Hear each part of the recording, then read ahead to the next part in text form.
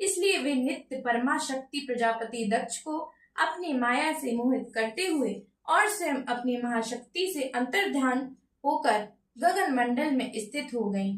महादेव, आप शोक का त्याग करें, क्योंकि अग्नि में तो सती की छाया ने ही प्रवेश किया है। शिव जी बोले, आप लोगों ने जो कुछ कहा वह सत्य ही है। सती मेरी परा प्रकृति है। वे नित्या ब्रह्ममयी और सूक्ष्म रूपा है। उन्होंने स्वयं अपनी देह का त्याग नहीं किया है, किंतु वे मेरे प्राणों की एकमात्र प्रियतमा सती कहाँ चली गई, इस भावना से मुझे व्याकुलता होती है।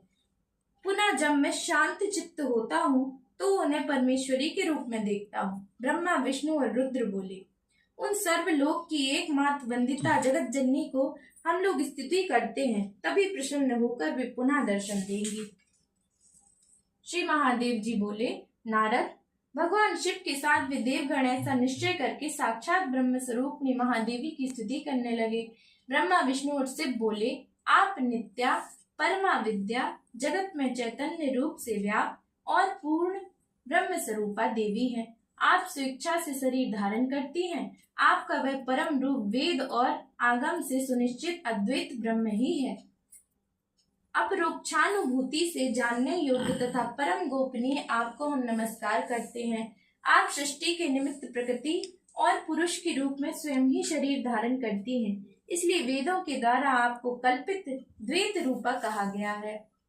उस सृष्टि प्रक्रिया में भी आपके गुना पुरुष अपूर्ण और शब्द के समान ही है, अतः सभी देवताओं में आपको प्रधानता कही जाती है। शिवे, इस प्रकार की अचिंत रूप और लीला वाली आपकी स्तुति करने में हम अल्प बुद्धि वाले कैसे सक्षम हो सकते हैं। आप स्वयं स्वेच्छा से हमारी सृष्टि और संहार करती हैं, इसलिए इस त्रैलोकी में आपकी स्तुति करने में कौन समर्थ है। सभी ज्ञानी जन भी सामान्य मनुष्यों की भांति आपकी माया से मोहित हैं, तो हम आप परमेश्वरी की वंदना करने में कैसे समर्थ हो सकते हैं। आप ही हमारी चेतना, बुद्धि और शक्ति हैं।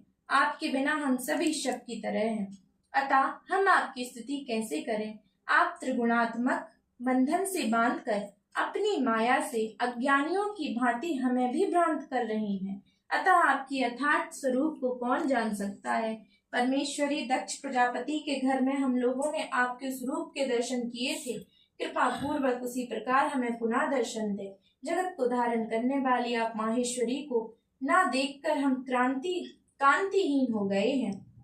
इस कारण शव के समान हम आपको अपनी आत्मा तथा प्राण के रूप में देखते हैं। श्री महादेव जी बोले, इस प्रकार स्तुति करने पर महादेवी ने